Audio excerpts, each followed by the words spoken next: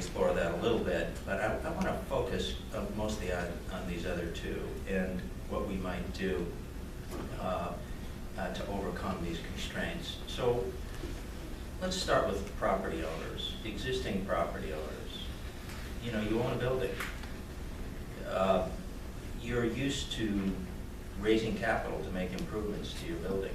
You're used to, if you're a building owner, responding to threats or opportunities, whatever they might be. If it's a security threat or whatever it might be.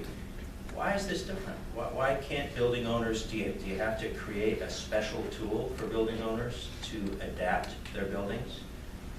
Building owners know how to, right? They know how to do these things. Why can't existing financing tools be used to address a threat that's going to reduce operating costs? Well, should I take that? Yeah, sure. Well, they can be. I mean, that's a given. There are ways to finance improvements to a building, and you could do it with conventional debt. It's really what is going to make it worth that building owner's while, and if it's something they have to do, they have to do it. I think we'd like to see people do things more preemptively and in advance of having it be a clear and present danger. So to that end. Is your mic on? Oh, I'm so sorry. No. Well, yes, it is. Actually, you can't hear me, so how's Yeah, that? that's better. Yeah, when you Okay, get closer. sorry about that. Yeah, no, it's definitely on. So yes, we do have financing tools. Are they enough of an incentive to get people to do things earlier than they otherwise might? Some of the more innovative things we might think about would be things like special assessments on properties that would be used to pay for resiliency improvements. We do have a piece of statute in this state called the PACE financing bill that would allow improvements for either energy efficiency purposes or for resiliency to be financed with a special assessment on the property, and if that property were sold, it would run with the title to the property, so no one building owner is taking on that extra mortgage liability. So there are some tools we could think about that would make it more attractive and cheaper, frankly, to make investments earlier rather than later. You want to talk about that, and then Wendi, Jamie, I want to talk a little bit about your experiences, mostly sort of with public infrastructure and how that was the response to Sandy and Katrina was financed. But let's just stick with the building owner idea for a bit here, Nick.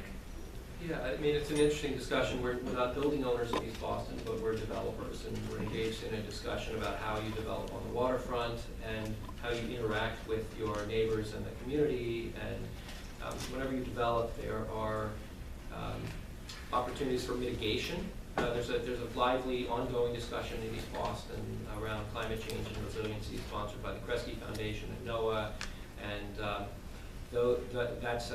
it's creating a very good sense of awareness of the issues in East Boston.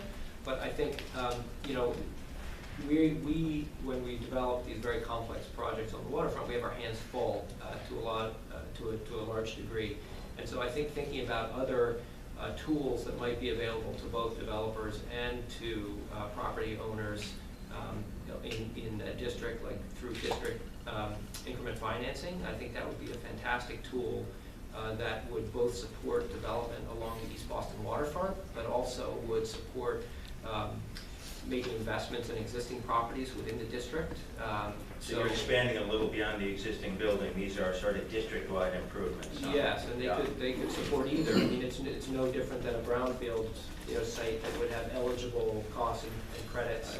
Maybe there's a way to incorporate that into a vision of development and increasing property values in a location that could then be funneled back into both the building of new properties and the propping up of existing properties.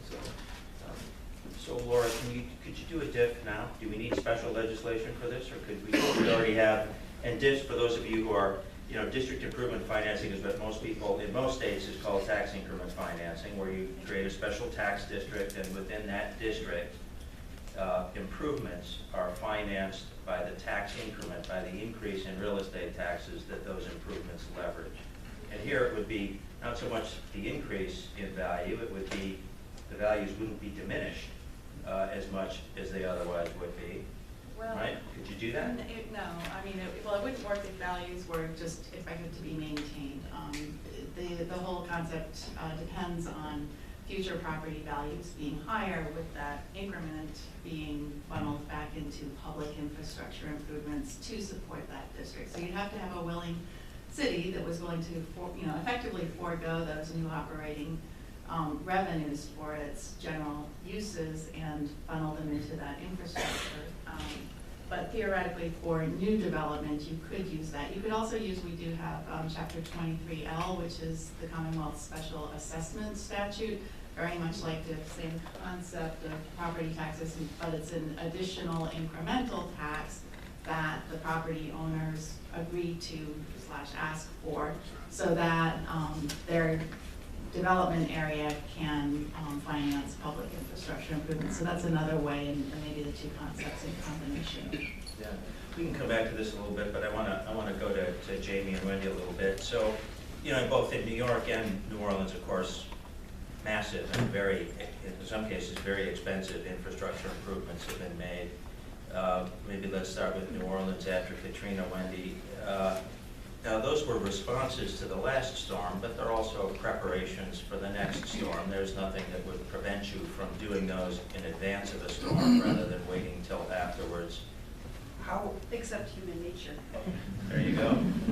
So, and those might have just been funded by direct congressional authorization, I don't know, but what insights do you have about how to make the case for funding for those large infrastructure projects? Well, New Orleans, like many other coastal cities and regions, had a very expensive and extensive flood risk reduction infrastructure. Actually, they call it flood control infrastructure. The new generation of infrastructure refers to risk reduction and resilience. So it's more than just a semantic shift, and we should probably chew this one a little bit later. But anyway, so the old system was there. It obviously had catastrophic failures because it was a system in name only, and it had not actually been designed to either function well as a system. Congress never authorized adequate funding. They built some links of a chain over here, some links of a chain over there, but what happens when a chain is just a couple of links lying around? It's not a chain. It didn't function as a to keep the floodwaters out. In fact, many aspects of that particular infrastructure led to more extreme patterns of flooding. When things toppled over and gave way, torrents of flood water, roofed whole houses and threw cars and trucks around, all things like that wouldn't normally happen if those infrastructure elements weren't there. So we call that hybrid failure, where you get new modes of impact because of what you build and how it fails if you haven't thought through the intellectually painful process of how to get things to fail gracefully. So there were a lot of things that came out of the forensic analysis of what happened after Katrina that went instantly into rethinking how to approach a new system. So the first 2 years after Katrina hit, there was a lot of repair, putting things back up to the way they were, putting things back in place. And then concurrently, there was this whole, well, what do we really need to do in substantially different ways? What would the characteristics be? What would the methods be? And how the heck can we make it all happen fast enough to make a difference? And Congress actually did say, we're giving you $14 billion, optimize the system, and the one thing we want you to do is give us something that has a 1% annual risk of flood damage. So then there came the whole, well, what does that mean? At the day you build it, as of the data set that was published formally sometime a year or two ago, or is that something based on perhaps the functional life of what we're building, in which case that 1% risk should occur at the end of its functional life, or what is that? So it's a very different shift, a thought that absolutely baked in thinking about the future. And then there were other methodologies like design build and all kinds of data gathering and analysis, compression of what it took to figure out what to do, how to do it, what the local conditions were, and how to execute quickly.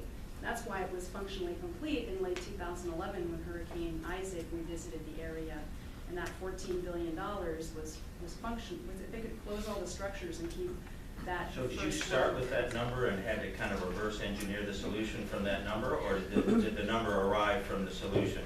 The number arose from various sleepless, stressed out people in improvised lodging saying, we gotta get some numbers to Congress. And then Congress saying, how about this number? And then, which was not the same number of the request. And then came the real job of engineering to the budget what made sense, which actually involved some entirely new things that had never been on the table before. Like, you'll see this thing, going by, this shows taking away that funnel effect by putting a surge barrier in the open water to prevent, to sort of cap the height of how high a storm surge could be as it barreled in towards the downtown area of New Orleans. So by putting that structure in place, it changed the design elevation and also allowed a more graceful failure mechanism. It could be overtopped by waves, and that water could be pumped out miles away from getting into the downtown areas. So Jamie, tell us a little bit about New York, and I know we had the chance to talk a little bit beforehand about some of the strategies that were used in New York, and particularly, not a little bit of what the actual solutions were, but particularly how they were paid for, how you justified, how you made the case for the expenditures that those required. Yeah, sure, and it's good, I'm sort of waiting for my slides to come on. I think the key to resiliency, given the amount of assets that we have at risk across the country, is leverage, right? I mean, there's no federal government appropriation that is sufficient. I mean, in New Orleans, $14 billion did a heck of a lot, and it's great. But there's no appropriation that's sufficient to protect the property that we have at risk in the future with sea level rise. So the question is, how do you begin to design interventions that are able to leverage other sources of financing at different scales, at the scale of coastal protection and at the scale of mitigating within existing and new buildings, which you were asking about over there. And I think that that's really sort of the New York City's approach. So here, right here, is the city's $60 billion post-Sandy coastal protection plan. It would cost $60 billion to build a complete set of coastal protections for now. And in some places, it works. This is an idea of a 90-acre land reclamation project off the East River, where you would see 50 million square feet of new development that would be able to finance that project, that coastal protection. Here at Coney Island Creek, you see a park because there's no property value there to finance that. That would have to be a public intervention. I'm sorry, I just do want to, just so people understand the It's fine. Yeah, so just. Yeah, I want to come back to a couple of things you said, but go ahead. Right, and the next point is sort of, where you can't figure out how to finance at the level of a coastal protection, you need to start thinking about mitigating at the level of a building. And the sort of what the last thing was showing was, I think in response to the last question you asked, there are a number of barriers to getting buildings to make themselves more resilient. Some of them are informational. It's just a matter of saying to property owners, here's what you can do. And things like using, sort of a cellar door sort of protection that stops the water from coming into somebody's basement. Really cheap and saves a lot of money. There are regulatory barriers. Things like in New York City, the building code is now changed so that you measure building height from design flood elevation so that you're not penalized for not occupying lower floors. And then there are also financial barriers. So if the FEMA maps change, you get to measure from the new flood elevation. Exactly. And then there are ways of also introducing financial incentives. I'm happy to talk about that more. So in New York City, the idea is of a layered approach where you can finance a coastal protection with federal money or with real estate value. You do it, but where you can't, you find other ways to engage in smaller scale interventions so that everybody goes and mitigates their property over time. Right. Now so this concept of leverage you mentioned, it's I guess a little bit implicit in what you said is this notion of avoided cost, that you're justifying the expenditure because it saves a larger expenditure based on the value of the property that's being protected. Was that argument made explicitly, that equivalency about the cost of the protection versus the cost of repairing the damage if the protection wasn't instituted? Yeah, I think it is, and it runs throughout all of our systems of making infrastructure or funding decisions in the world, at least of federal disaster recovery and resiliency. Right? In an imperfect way, FEMA and the Army Corps make decisions based on a benefit-cost ratio, which looks at the cost of an intervention and looks at the net present value of the future stream of benefits in terms of avoided damage on property. And if the ratio between them is 1 or greater, then they're more likely to proceed with a decision, which also is influenced by other factors. Yeah. There are many problems with how that benefit-cost ratio is implemented federally, and I think in cities, we have to think about it a little bit differently, because the federal government has its own way of thinking about where there's value. In cities, we're concerned about vulnerable populations, we're concerned about economic development, the importance of business activity, we're concerned about certain places where there's future development possible or where there's future amenities that can be created. So cities really have to be at the forefront of making these decisions based on a much expanded analysis. Yeah, it's a complicated calculus, isn't it? It's not just property damage, it's homes destroyed, it's jobs lost, there's social costs beyond just the property damage that I imagine you have to factor in there. And can I just make one other? Yeah, sure. It's just that you always have to remember on that there's two sides of that equation, right? So in order to make a project work that is a resiliency project, I need to maximize its benefits, right? In terms of however you measure them. Yeah. But I also need to minimize its cost. And so there are a lot of different ways of approaching coastal protection projects or building mitigation projects where you say, all right, let me intervene with a homeowner at the point that they go to buy a new boiler and get them to elevate it or bathtub it, right? It's a lot cheaper for them to do that at that point. Or if someone's building a park, get them to turn the park into a flood protection at the same time, because they're making those investments anyway. So get them to, instead of building it here, have them build it here.